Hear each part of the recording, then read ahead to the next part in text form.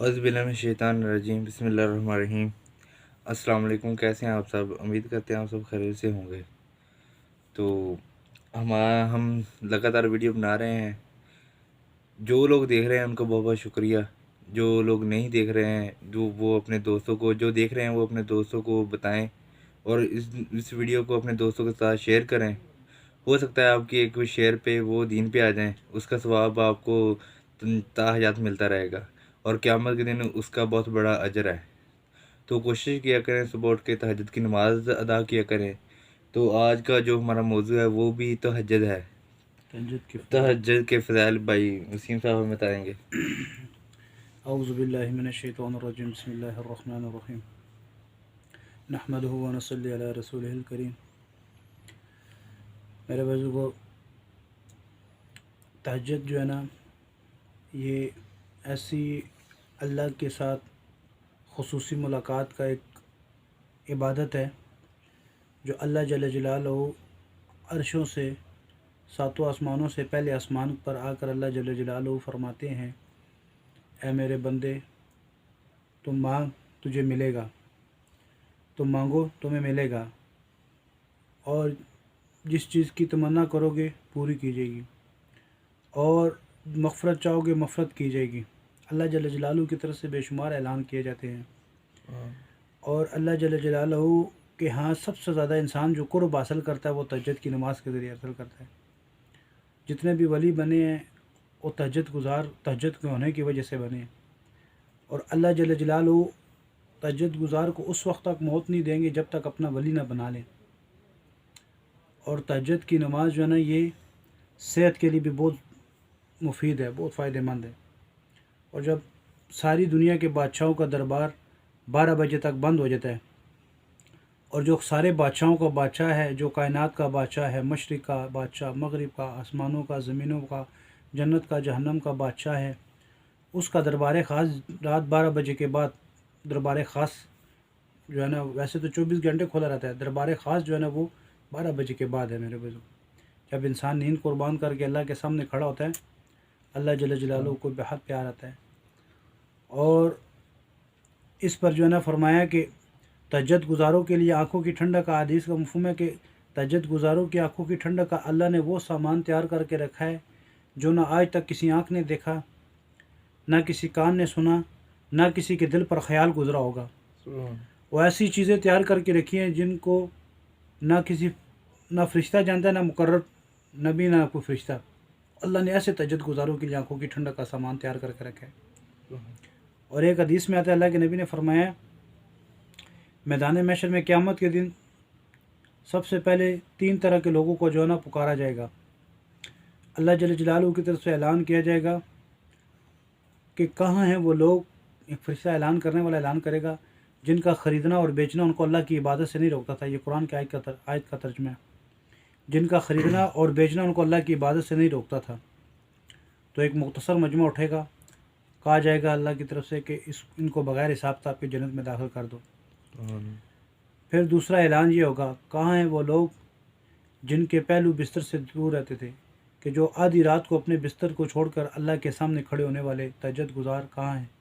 फिर एक और मुख्तसर मजमा उठेगा, अल्लाह की तरफ से इनको भी बग़ैर हिसाब किताब के जन्नत में दाखिल कर दीजिएगा। तो मेरे भाई को तहज्जुद ऐसी कीमती जो है ना वो चीज़ है। एक अल्लाह के वली थे, वो मुस्तकिल तहज्जुद की नमाज़ पढ़ने वाले थे। कुछ अरसे से तहज्जुद की नमाज़ रहना शुरू हो गई।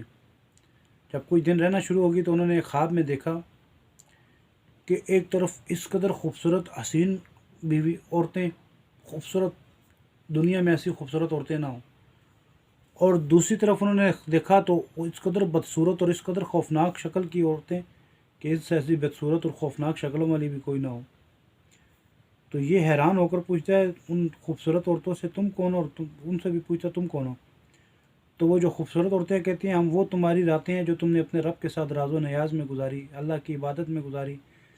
तहज्जुद की 2 रकात नमाज़ पढ़ने पर अल्लाह जल्ल जलालहू जन्नत की हूर के साथ निकाह लिख देते हैं।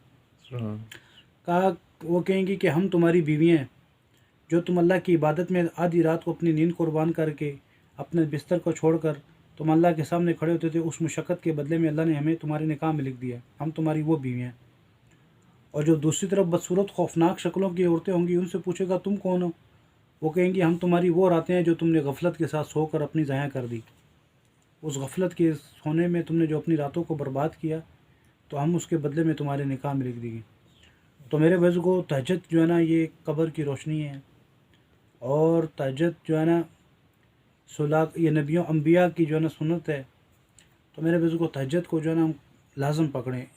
अल्लाह के यहाँ सबसे ज़्यादा मसाइल जो हल करने का और दुआओं को कबूलियत का जो वक्त है, वो आधी रात का है, तहज्जुद के वक्त। जब अल्लाह जल्ल जलालुहू पहले आसमान पर जो है ना दुआओं को सुनते हैं, हाँ जी, हर वक्त सुनते हैं, लेकिन कबूल करने के लिए अल्लाह जल्ल जलालुहू तैयार बैठे होते हैं कि मेरे बंदे ने मेरे लिए नींद कुर्बान की, पहलू छोड़ा, बीवी का पहलू या बिस्तर का पहलू छोड़ा, गर्म बिस्तरा छोड़ा, ठंडे पानी से वज़ू किया, आधी रात सारी दुनिया गफल सब सोए हुए, और मेरे बंदे ने मेरी मोहब्बत में अपनी नींद को कुर्बान करके मेरे सामने खड़ा हो गया।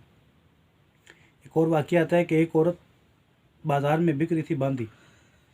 तो एक अल्लाह वाले गुजरे, उन्होंने देखा कि इस बांदी को कोई भी नहीं ख़रीद रहा, सब जो है ना उसको कोई तवज्जो नहीं दे रहा, कोई नहीं ख़रीद रहा। उन्होंने कहा चलो ये पगली सी लग रही है, इसको मैं ही ले लेता हूँ, चलो इसकी खिदमत करूँगा, शायद इसकी खिदमत के बदले में अल्लाह मेरी मफ़रत कर दे। वो ख़रीद कर उसको घर में ले गए। जब घर पहुँचे तो रात का काफ़ी वक्त हुआ, तो उनकी आँख खुली, देखा तो वो मुसल्ले पे खड़ी अल्लाह की इबादत में मशगूल।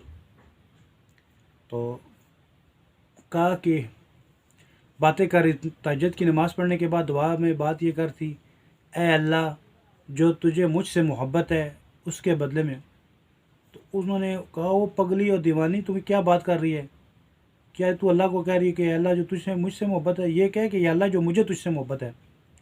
उसने कहा, पगला दीवाना तू है, अगर उस अल्लाह को मुझसे मोहब्बत ना होती तो मुझे नींद से उठाकर मुसल्ले पे खड़ा ना करता। उसे मुझसे मोहब्बत थी तो उसने मुझे मुसल्ले पर खड़ा किया। तो साथ ही उस औरत ने कहा, ए मेरे रब, आज मेरी तेरी मोहब्बत का राज फाश हो चुका है, अब मैं दुनिया में रहना नहीं चाहती, अब तू मुझे अपने पास ही बुला ले। वहीं पे उसकी रूह निकली, रूह परवास कर गई। उस वक्त अल्लाह, उन बुज़ुर्गों को पता चला ये तो बड़ी अल्लाह वाली थी, मैं तो इसको पगली सी समझ रहा था, हैं जी, दीवानी सी समझ रहा, तो ये तो अल्लाह के साथ इसका ताल्लुक़ बना हुआ था। अब वो अपने घर को ताला लगा कर, दरवाज़ा बंद करके, ताला लगा के बाज़ार में उसके लिए कफ़न लेने के लिए गए कि इसके कफ़न का इंतज़ाम करूं। जब वो बाज़ार से कफ़न लेकर ख़रीद कर वापस आए, घर का ताला खोल कर अंदर दाखिल हुए, तो देखा तो वो कफनी कफनाई, खुशबू ही खुशबू फैल रही, और उसका गुस्ल भी हुआ, कफ़न भी हुआ। वो बड़े हैरान और परेशान, घर बंद, चारों तरफ से बंद, घर का ताला लगा के मैं गया हूँ, है जी। और वो वापस आए तो गुस्ल भी हुआ, उसको कफ़न भी पड़ा पाया हुआ, और चमक रहा चेहरा, और वो खुशबू ही खुशबू फैली। उस वक्त उनको पता चला कि ये तो मैं इसको पागल समझ रहा था, दीवानी समझ रहा था, ये तो अल्लाह वाली थी, इसका तो अल्लाह के साथ बड़ा ताल्लुक़ बना हुआ था, ये तहज्जुद की वजह से। राबिया बसरी वो अल्लाह वाली गुज़री, तो वो अक्सर औक़ात अपने शोहर को कहती है, आपको मेरी कोई हाजत है? शोहर कहता ना, नहीं हाजत। तो वह कहती है, मुझे इजाज़त है मैं अपने रब के साथ लाज़ो न्याज़ कर लूँ। वो एक पुरानी सी चादर बिछा कर सारी रात तहज्जुद में गुजार देती। जब मौत का वक्त आया, शोहर फौत हो गया, और अलग हसन बसरी रहमतुल्लाह अलैह को पता चला कि राबिया बसरी का शोहर फौत हो गया, तो वो उसको अफसोस करने आए, और उन्होंने राबिया बसरी का बड़ा नाम सुना था। उन्होंने कहा, अगर आप चाहें तो मुझसे निकाह कर लें। तो राबिया बसरी ने कहा, मैं निकाह नहीं करते किसी के साथ, बस अब मैंने अपने रब को ज़िंदगी दे दी, मैं अपने रब को राज़ी करने में। उन्होंने कहा, मैं आपसे शादी करना चाहता हूँ। तो हसन बसरी रहमतुल्लाह ने समझा कि चलो ये अल्लाह वाली है, इसके साथ शादी करूँगा, शायद अल्लाह इसकी वजह से मेरी भी मफ़रत कर दे। उन्होंने कहा, अगर मेरे 4 सवालों का जवाब आपके पास है तो मैं आपसे शादी करने के लिए तैयार हूँ। उन्होंने कहा, वो क्या?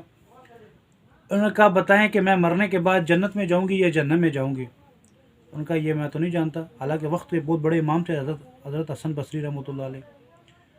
तो उन्होंने कहा, ये तो मैं नहीं जानता, ये तो अल्लाह ही जानता है। उन्होंने कहा, अच्छा चले, दूसरा मेरा ये सवाल है, अगर मेरा जवाब दे दे मैं आपसे शादी के लिए तैयार हूँ।